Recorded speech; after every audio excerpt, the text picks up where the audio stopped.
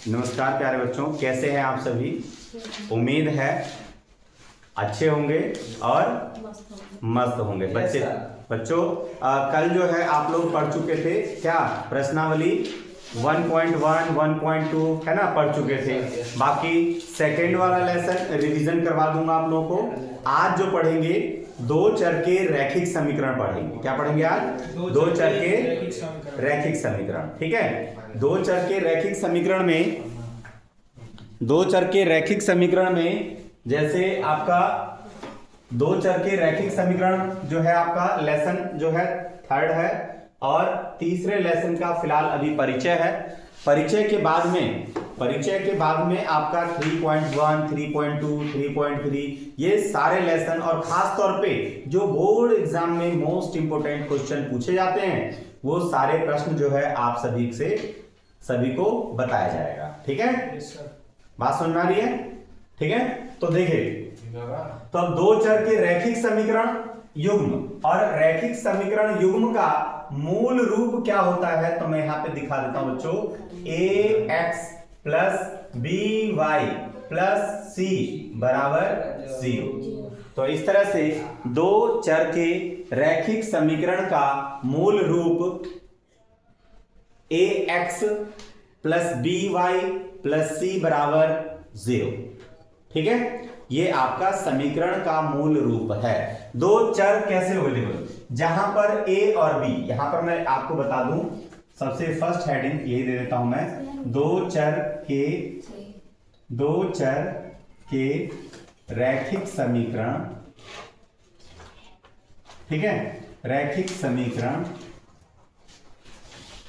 समीकरण का मूल रूप क्या है बच्चों? ax प्लस के by प्लस के c बराबर 0। ठीक है बच्चों, जहां a व b क्या है? अचर पद। a और b अचर पद है बच्चों, अचर पद। ठीक, अचर पद पता होगा आपको। a और b का मान क्या है? 1 2 3 4 5 कोई भी संख्या हो सकता है। ठीक है, अगर a और b का मान कोई संख्या अगर हो गया तो क्या बनेगा आपका? 3x मान लो, है ना, 5y मान लो, है ना। और देखो a b और c भी होगा साथ में, a b और c अचर पद है तीनों, a b c अचर पद है। ठीक, और x y यही आपके दो चर हैं, x और y। जो दो चर कह रहे हैं हम लोग वो किसको कह रहे हैं? x और y। ठीक है, दो चर के रैखिक समीकरण, इसमें जो आपका होगा ये दो समीकरण दिए जाएंगे आपको, समीकरण 1 और समीकरण 2। दोनों में x पहले समीकरण का x, दूसरे समीकरण का x आपको बराबर करना होगा। ठीक है, और अगर x को बराबर नहीं करते हैं आप तो y और y को बराबर करना होगा। ठीक है, तो ये किस विधि में? ये है आपका विलोपन विधि में। तो इसे दो चर के रैखिक समीकरण को हल करने की दो विधियां हम आपके सामने रख रहे हैं फिलहाल, जो कि है प्रतिस्थापन विधि और दूसरा है विलोपन विधि। ठीक है, पहली है प्रतिस्थापन विधि और दूसरी है विलोपन विधि। ठीक है बच्चों, तो देखिए इसमें विधियां, ये तो हो गया। अब क्या है? दो चर रैखिक समीकरण को हल करने की विधि में पहली विधि, दो चर के रैखिक समीकरण, दो चर के रैखिक समीकरण को हल करने की, दो चर के रैखिक समीकरण को हल, ठीक है, करने की विधि। कौन कौन सी विधि है बच्चों? तो यहां पे ध्यान देना है आपको, कौन कौन सी विधि है। तो देखिए नंबर 1, कौन कौन सी विधि है? देखिए नंबर 1 प्रतिस्थापन विधि, प्रतिस्थापन।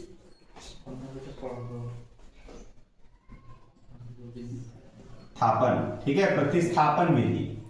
और दूसरा कौन सा है बच्चों?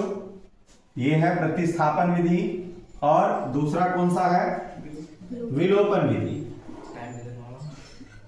ठीक है,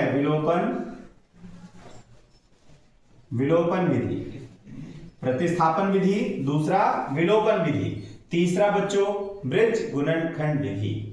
तीसरा कौन सा? ब्रिज गुणनखंड विधि। तो तीसरा देखिए, ये है ब्रिज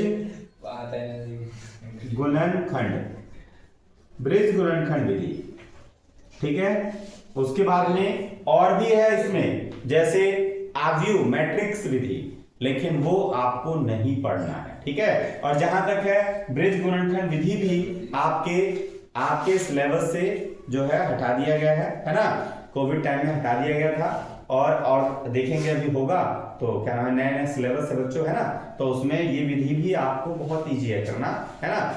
इन तीनों विधियों को अगर हम सॉल्व करते हैं तो x का जो मान आप पहले विधि से निकाले हैं, दूसरे विधि से भी वही उत्तर आएगा, तीसरे से भी वही उत्तर आएगा, ठीक है। बात समझ में आई? और ब्रिज गुणनखंड विधि में ही आपका a1 बटा a2, b1 बटा b2, c1 बटा c2 करते हैं, ठीक है। अगर ये तीनों बराबर होता है तो तीनों बराबर में, जैसे मान लो a1 बटा a2 बराबर नहीं है b1 बटा b2 के, तो वहां पर ये छांटना होता है, एक हल, अद्वितीय हल, अनेक हल, है ना, ये चीजें। तो ये सब कहां आपका, ये ब्रिज गुणनखंड विधि से ही जब हम सॉल्व करते हैं, समीकरण की तुलना करते हैं, तुलना करके a1 a2 का मान निकालते हैं, है ना, ये सब ब्रिज गुणनखंड विधि में है बच्चों, ठीक है। तो सबसे पहली विधि हम यहां पर लेकर चलेंगे प्रतिस्थापन विधि। आज जो आप लोग सीखेंगे वो कौन सी विधि सीखेंगे? प्रतिस्थापन विधि। और प्रतिस्थापन विधि का हम एक उदाहरण, ये इतना नोट कर लो बच्चों, उसके बाद प्रतिस्थापन विधि का एक क्वेश्चन हम लोग नोट करेंगे, ठीक है, नोट कर लीजिए। हाँ तो बच्चों ये एग्जाम्पल है आपका इसी दो चर के रैखिक समीकरण पे आधारित, ठीक है। और इसमें देखिए दो चर के रैखिक समीकरण में आपका पहला समीकरण क्या कह रहा है, 7x माइनस के 15y बराबर 2, और दूसरा समीकरण कह रहा है x प्लस के 2y बराबर 3। इसे कौन सी विधि से सॉल्व करना है? तो आपका यहां पर विधि जो हो गया बच्चों प्रतिस्थापन विधि, प्रतिस्थापन, ठीक है, प्रतिस्थापन विधि से आप इसे सॉल्व कर रहे हैं, क्लियर है। तो प्रतिस्थापन विधि में आपको करना क्या है, समीकरण 1 को लेकर के हल करना है और जो भी मान आएगा उसे समीकरण 2 में रखना है, ठीक है। 1 को लेकर के सॉल्व कर रहे हो अगर, तो यहां लिखोगे आप हल में, पहले आप हल लिखो, हल लिखने के बाद समीकरण 1 को हल करने पर, समीकरण 1 को हल करने पर, ठीक है बच्चों, दिख रहा है सभी को? समीकरण 1 को हल करने पर 7x माइनस के 15y और बराबर कितना है 2, ये समीकरण 1 है। इसमें से किसी एक वैल्यू को ट्रांसफर कर दो, इसे ट्रांसफर कर दो, ठीक है। तो कितना हो गया, 7x बराबर कितना 2 और प्लस के कितना 15y, क्लियर है। अब यहां से 7 और x के बीच में गुणा हो रहा है, तो 7 को क्या करो ना भाग में ले जाओ, 7 और x के बीच में गुणा हो रहा है, तो 7 कहां पहुंचेगा बच्चों, भाग में, है ना। तो इन सब के बटे में आ जाएगा, तो लिखेंगे x बराबर 2 प्लस के 15y और बटे कितना 7। तो कुछ इस प्रकार से आपका x का मान निकल कर आ चुका है, क्लियर है, बात समझ में आई। अब आपने लेकर के क्या किया, समीकरण 1 को हल किया है, तो ये जो वैल्यू है वो समीकरण 1 में नहीं रखना है, समीकरण 2 में रखना है। किसमें रखना है, 2 में। तो आपको लिखना है क्या, x बराबर ये जो मान है ना, का मान समीकरण किसमें 2 में, सेकंड में, ठीक है, सेकंड में रखने पर, तो सेकंड में रखना है बच्चों, ठीक। सेकंड क्या है आपका, x प्लस 2y बराबर 3, ये सेकंड समीकरण था आपका, ठीक है। अब इस x के स्थान पर ये पूरा वैल्यू आपको उतार देना है ऐसे, ठीक है। तो लिखोगे 2 प्लस कितना 15y और बटे 7 प्लस के कितना 2y बराबर 3, ठीक है बच्चों। इतना समझ में आ रहा होगा आप लोगों को। ये जो है देखो, ये नहीं दिख रहा होगा आपको, तो यहां पर आ जाओ, देखिए, तो यहां पर आपको x के जगह पर, जहां पे ये x आ रहा है, ये पूरी वैल्यू लिखो, तो लिखोगे 2 प्लस कितना 15y और बटे 7 प्लस ये 2y बच्चों, है ना, तो लिख लोगे 2y और बराबर कितना बच्चों 3। इसके नीचे 1 ले लो, है ना।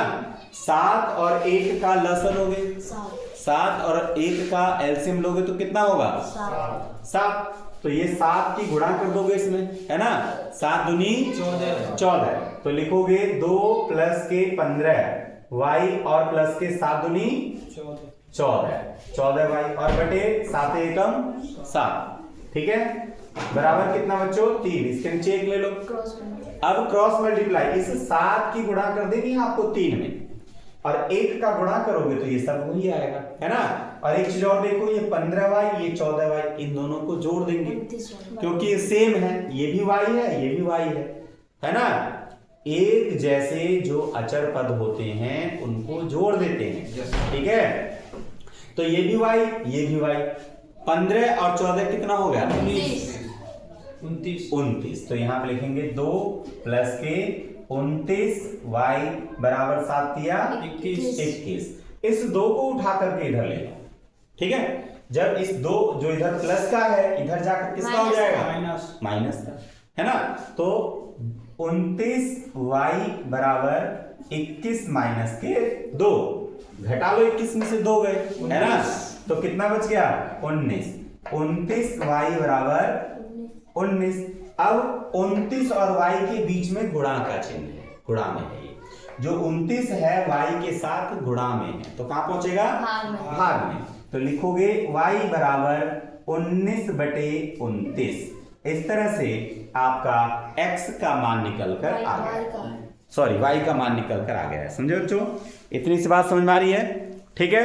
अब आपको क्या करना है, ये जो y का मान है ये आपको रख देना है समीकरण 1 या समीकरण 2 में, ठीक है। तो यहां पर लिखोगे y का मान, ठीक, समीकरण जिसमें भी मन है आप 1 2 जिसमें भी, ठीक है, 2 में रखने पर, 2 में रखने पर, तो 2 में रख दो बच्चों। समीकरण 2 आपका क्या है, x प्लस के 2y बराबर 3, है ना, यही तो था समीकरण 2। यहां y के जगह पर आपको रखना है ये, तो लिखोगे x प्लस 2 गुणे y का मान कितना 19 बटे 29 बराबर 3। 19 की गुणा 2 में कर दो, 19 दूनी 38। तो लिखोगे x प्लस के 38 बटे 19 बराबर 3। इसके नीचे 1 मान लो। अब 1 मान लो और चाहो तो ये पूरा का पूरा उठाकर इधर ले आओ, है ना। तो इधर प्लस का है 38 बटे 29, इधर प्लस का है बाएं साइड में, है ना। तो क्या करो दाएं साइड में ले जाओ, लेफ्ट हैंड से राइट हैंड की तरफ ले जाओ, है ना। तो क्या हो गया आपका x बराबर 3 माइनस 38 बटे 29। इसके नीचे 1 ले लो, है ना। एलसीएम लो इसका 1 और 29 का, तो क्या जाएगा x बराबर 29 की गुणा हो जाएगी इसमें, है ना। तो 29 की गुणा कर लोगे अगर आप, 29 की गुणा 3 में करोगे तो 3 27, 3 दूनी 6 और 2 8, 87। तो ये क्या हो गया 87 माइनस 38 बटे 29। घटा लो बच्चों, x का मान निकल कर आ जाएगा। तो 7 में से 8 नहीं जा सकता, एक हाथ से ले लो 17, 17 में से 8 गया तो कितना हो गया 9। यहाँ पे कितना बच गया 7 में से 3 गया 4।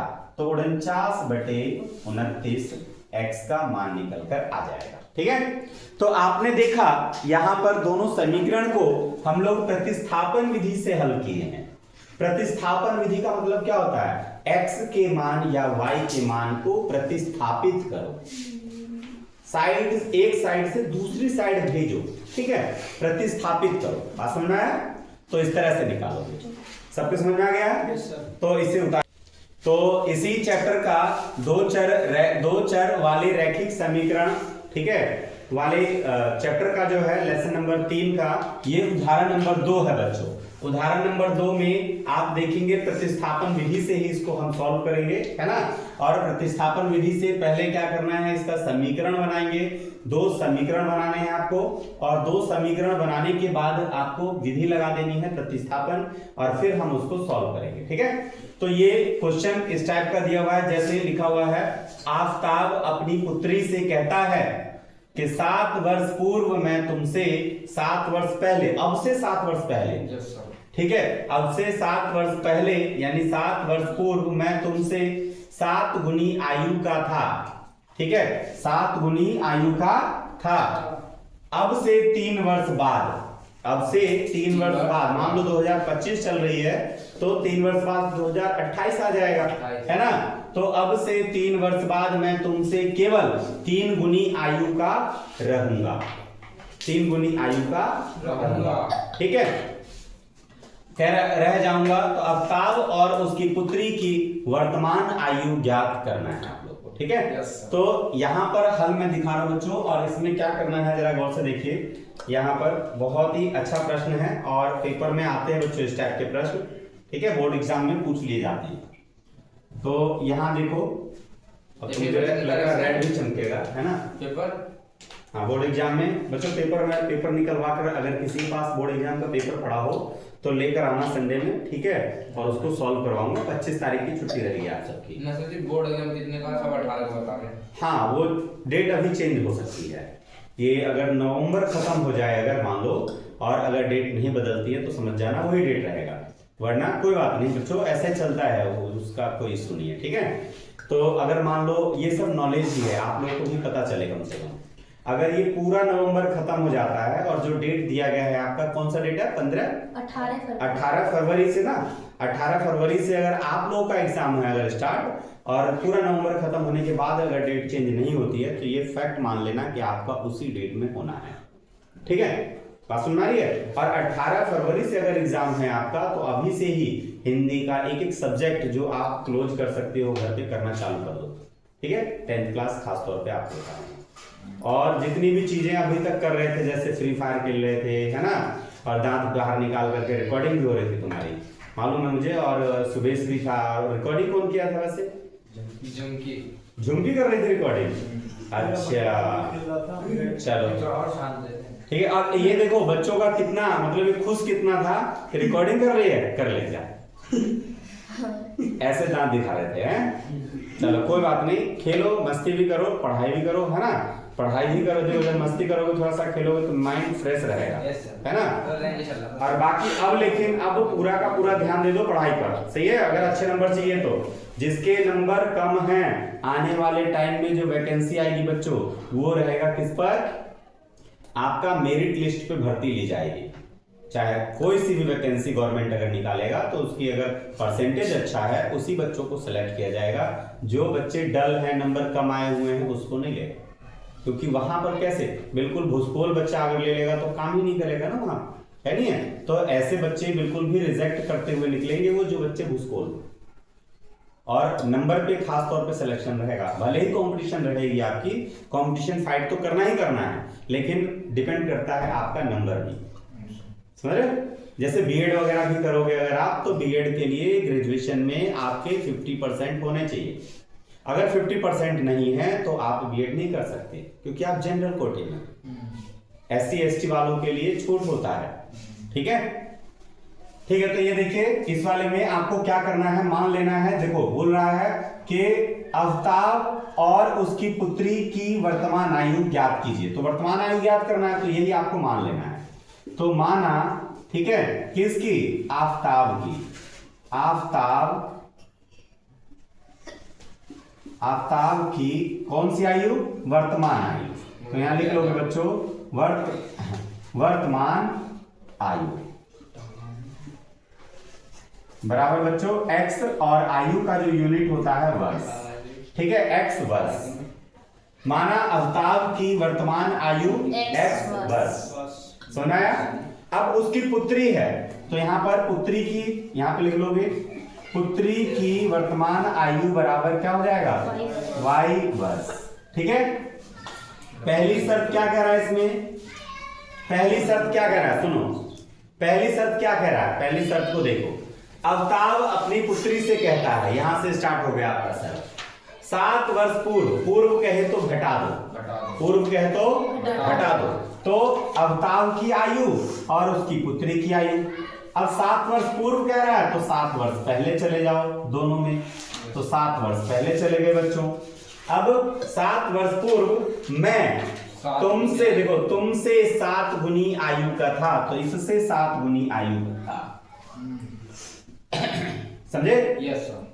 जो अवताव है वो कह रहा है अपनी पुत्री से कि 7 वर्ष पहले, 7 वर्ष पूर्व कह रहा है, तो घटाना है मुझे, है ना? तो 7 वर्ष पहले मैं तुम्हारी आयु का 7 गुना था। ठीक है? यस। तो 7 गुना आपने कर दिया। अब 7 की गुणा इसमें करो तो क्या हो जाएगा? x माइनस के 7 बराबर 7y और माइनस के 49। ठीक है बच्चों? अब क्या करना है आपको? संख्या संख्या एक तरफ रख लो और एक्स वाई को एक तरफ रख लो, ऐसे करके, है ना? इसको इधर ले जाओ, क्या हो जाएगा? x माइनस के, देखो प्लस का है तो इधर आकर किसका हो गया?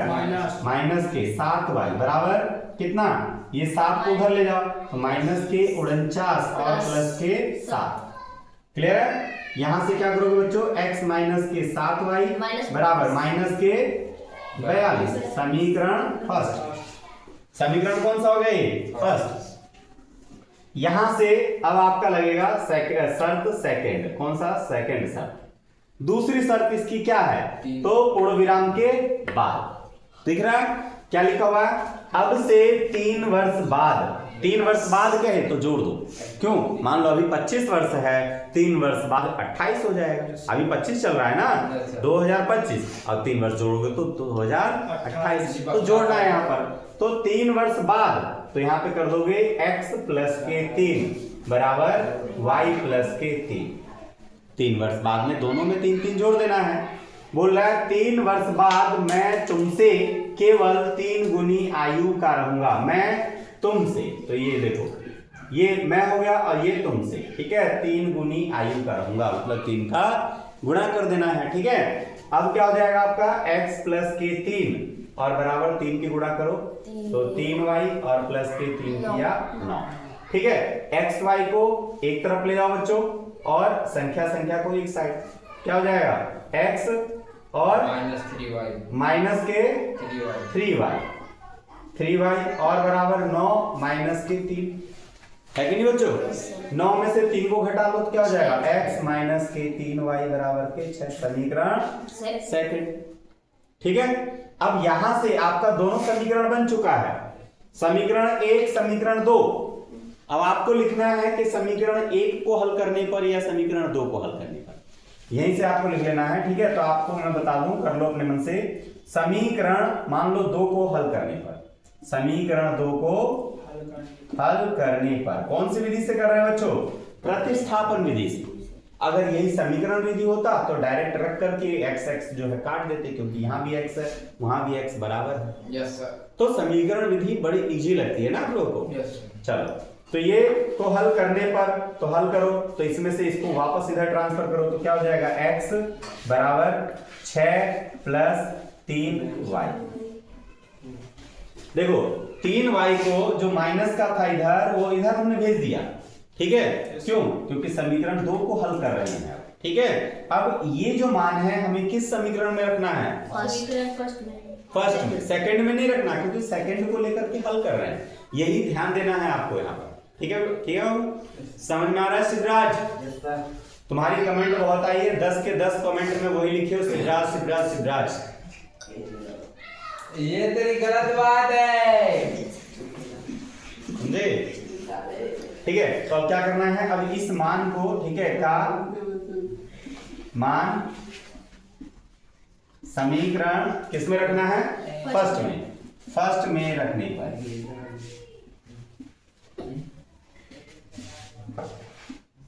समीकरण फर्स्ट में रख दो। तो समीकरण फर्स्ट में रखोगे तो क्या हो जाएगा? x माइनस के 7y बराबर माइनस के 42। ये समीकरण फर्स्ट।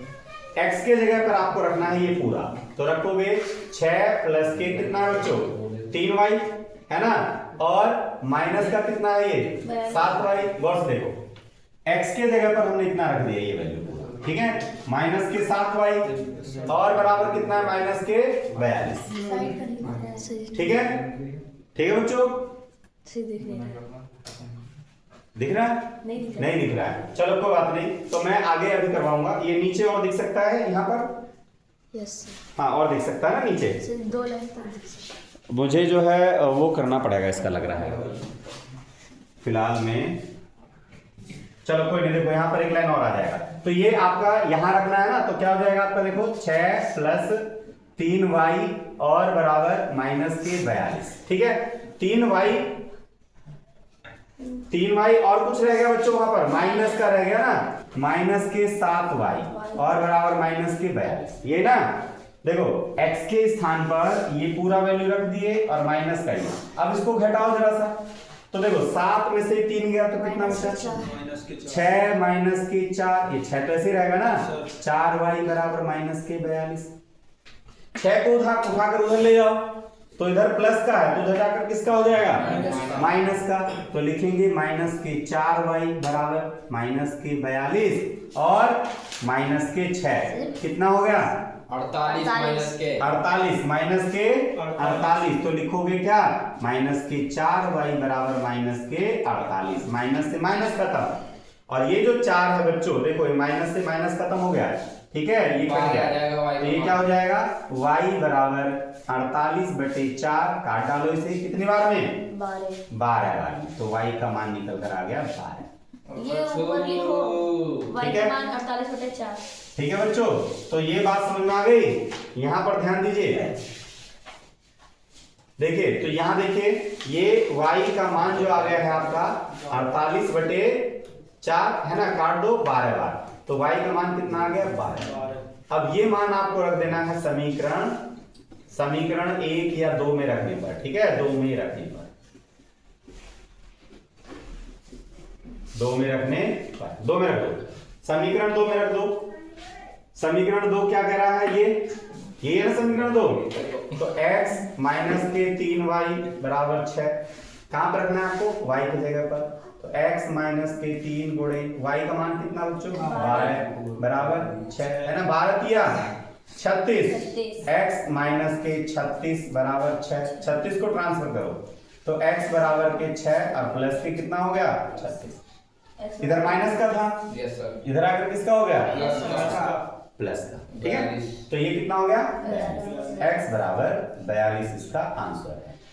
x और y का मान आपका निकल कर आया, समझ में आया, ठीक है। तो ये एनसीईआरटी का एग्जाम्पल नंबर 3 है बच्चों, जिसमें लिखा हुआ है 2 पेंसिल और 3 रबड़ों का मूल्य 9 रुपया है। 2 पेंसिल खरीदोगे और 3 रबड़ खरीदोगे, ठीक है, तो उसे तुम्हें 9 रुपए देने होंगे दुकानदार को, बात समझ में आ रही है। उसके बाद कह रहा है और पेंसिल और 6 रबड़, ये कितना पेंसिल है बच्चों, 4, ये यहाँ पर मिसप्रिंट हो गया, 4 है ना, 4 पेंसिल और 6 रबड़ का मूल्य 18 रुपया है। अगर 4 पेंसिल खरीद रहे हो और 6 रबड़ खरीद रहे हो तो आपको 18 रुपए देने पड़ रहे हैं। तो बोल रहा है कि एक पेंसिल और एक रबड़ अगर आपको खरीदना है तो वो कितने कितने रुपए का पड़ेगा, ये आपको अलग अलग निकालना है, ठीक है। तो क्या करना है, सबसे पहले क्या दिया इसने, पेंसिल, और बाद में क्या दिया, रबड़। पहले क्या दिया, पेंसिल, फिर बाद में रबड़। तो आपको हल करते समय ये याद रखना है कि पहले पेंसिल को मानना होगा, माना किसका मूल्य, पेंसिल का मूल्य, माना पेंसिल का मूल्य बराबर x रुपया, x रुपये, बात समझे। ऐसे ही पेंसिल के बाद में अब क्या है बच्चों, रबड़, तो यहां पे रबड़ का मूल्य बराबर y रुपये, ठीक है बच्चों, x रुपये और y रुपये मान लिए, पेंसिल का x रुपया और रबड़ का y, कोई दिक्कत। अब पहली शर्त क्या कह रहा है, पहली शर्त क्या कह रहा है, देखो 2 पेंसिल तो 2x हो जाएगा, 3 रबड़ तो 3y, तो यहां लिखेंगे 2 पेंसिल मतलब 2x प्लस 3 रबड़ यानी 3y, इन दोनों को मिलाकर के आपको कितने रुपए देने पड़ रहे हैं, 9 रुपए। समीकरण फर्स्ट इजी है, 2 पेंसिल मतलब 2x, 3 रबड़ यानी 3y, ठीक है, 3 रबड़ मतलब 3y, इन दोनों को जोड़ करके देना पड़ता है आपको 90 रुपए, जोड़ करके तो दोगे उसे 9 रुपए, जोड़कर कितना देना पड़ता है बच्चों, 9 रुपए, ठीक है। ये समीकरण हो गया फर्स्ट। सेकंड शर्त में क्या कह रहा है, सेकंड शर्त देखो यहां से पूर्ण विराम के बाद और 4 पेंसिल तो 4x, 6 रबड़ तो 6y, क्या हो जाएगा 4 पेंसिल तो 4x और 6 रबड़ तो 6y। इतना अगर खरीद रहे हो 4 पेंसिल 6 रबड़ खरीद रहे हो तो कितना देना पड़ रहा है 18 रुपया। ये रुपया का साइन है बच्चों, सेकंड समीकरण हो गया। अब आपको प्रतिस्थापन विधि से इसे सॉल्व कर लेना है, ठीक है। तो क्या करोगे, समीकरण 1 को हल करने पर या समीकरण 2 को हल करने पर, तो लिखोगे यहां पर क्या लिखोगे बच्चों, समीकरण 1 को, ठीक है, हल करने पर समीकरण 1 को हल करने पर, तो समीकरण 1 आपका है 2x प्लस 3y और बराबर 9 है बच्चों। क्लियर है। अब आपको क्या करना है, इसमें से चाहो तो x को ट्रांसफर कर लो या y को ट्रांसफर कर लो, किसी एक को प्रतिस्थापित कर दो। चाहो तो x को प्रतिस्थापित करो या y को प्रतिस्थापित करो, भेजो इधर। तो y को आपने भेज दिया इधर, यहां पे प्लस का है तो इधर आकर किसका हो गया, माइनस का। तो लिखोगे 2x बराबर 9 माइनस के 3y। क्लियर है। अब 2 और x के बीच में क्या हो रहा है, गुणा, तो 2 कहां पहुंचेगा, भाग में। तो लिखोगे x बराबर 9 माइनस 3y बटे 2। ठीक है बच्चों, इस तरह से आप इस समीकरण को सॉल्व कर लोगे। अब ये मान आपको रखना किस में है, समीकरण फर्स्ट में नहीं, समीकरण सेकंड में रखना है, क्योंकि फर्स्ट को तो लेकर हल कर रहे हैं। तो यहां लिखेंगे समीकरण सेकंड में रखने पर, समीकरण सेकंड में रखने पर। ठीक है बच्चों, इतनी सी बात समझ में आ गई होगी, आया समझ में? Yes sir. करो आगे, देखो, रखो, रख करके और सॉल्व करके जल्दी बताओ कितना आ रहा है, जल्दी रखो। मेरे तो सारे कट जा रहा है, y का मान कहीं ना कहीं गलती हुई है फिर, ठीक है। सर इसमें भी ऐसे लिख रहा है, हैं? उसमें लिख रहा है, आंसर नहीं दिया, बस लिखा है। हाँ चलो कोई बात नहीं, अभी देखते हैं करके, कहीं ना कहीं मिस्टेक हुआ है, ठीक है, और सारा कट रहा है तो कहीं ना कहीं गड़बड़ हुई है, ठीक है।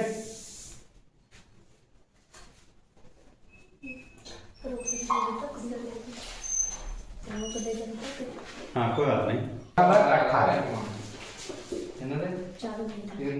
क्लियर है। चालू मैंने करा है बाबू, ये जो है ना देखो, हाँ ठीक ठीक। तो ये देखो इधर, तो अब यहाँ पर x की जगह पर रखना है, तो 4 और x की वैल्यू जितना है 9 माइनस के 3y और अपॉन 2, ठीक है, प्लस 6y और इक्वल 18, है ना। देखो 2 से ना बच्चों ये कट रहा है, 2 बार में कट गया। अब 2 के अंदर गुणा कर दो, ब्रैकेट में ये जो 2 आया है इसकी गुणा कर दो। तो 2 की आपको गुणा करनी है 9 माइनस के 3y में और प्लस के 6y बराबर के 18, ठीक है। 2 का गुणा करो इसमें बच्चों, 2 की गुणा जब इसमें करोगे तो ये कितना हो गया, 2 9 18 और 2 तिया 6y और प्लस के 6y बराबर 18, इससे ये कैंसिल, 18 बराबर 18। तो बच्चों कुछ इस प्रकार से मान आपका प्राप्त हो रहा है, ठीक है। अतः कह सकते हो आप क्या कि x और y का मान निश्चित नहीं है, कुछ भी हो सकता है, ठीक है, क्योंकि यहाँ पे ये सारा कट चुका है।